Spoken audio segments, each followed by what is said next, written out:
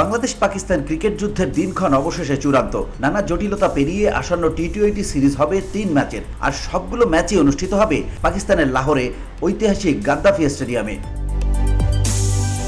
Pakistan cricket board PCB এক বিজ্ঞপ্তিতে নিশ্চিত করেছে সিরিজের সময়সূচি। প্রথম ম্যাচ মাঠে গড়াবে 28 মে বুধবার, পরের দুটি ম্যাচ 30 মে শুক্রবার এবং 1 জুন রোববার। তিনটি ম্যাচই শুরু হবে বাংলাদেশ সময় রাত 9টায়।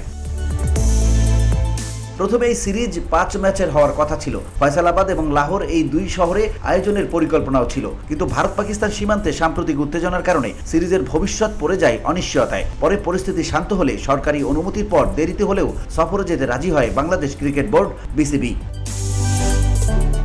বাংলাদেশ দলের খেলোয়াড়রা ঈদুল আজহার আগে দেশে ফেরার অনুরোধ জানায় বোর্ডকে। সেই অনুযায়ী সিরিজটি 5 ম্যাচ থেকে কমিয়ে আনা হয় 3 ম্যাচে। ফয়সালাবাদ বাদ পড়ে ভেন্যু তালিকা থেকেও। দুবাইয়ে পিসিবি সভাপতি মহসিন নাকভির সঙ্গে বৈঠকে বসেছিলেন বিসিবি সভাপতি ফারুক আহমেদ ও ক্রিকেট পরিচালনা কমিটির প্রধান নাজমুল আবেদিন। বিসিবির প্রস্তাব ছিল 27, 29 ও 31 মে, কিন্তু পিসিবির পক্ষ থেকে 28, 30 মে এবং 1 জুনের প্রস্তাব আসে। শেষ পর্যন্ত পিসিবির প্রস্তাবই চূড়ান্ত রূপ নেয়।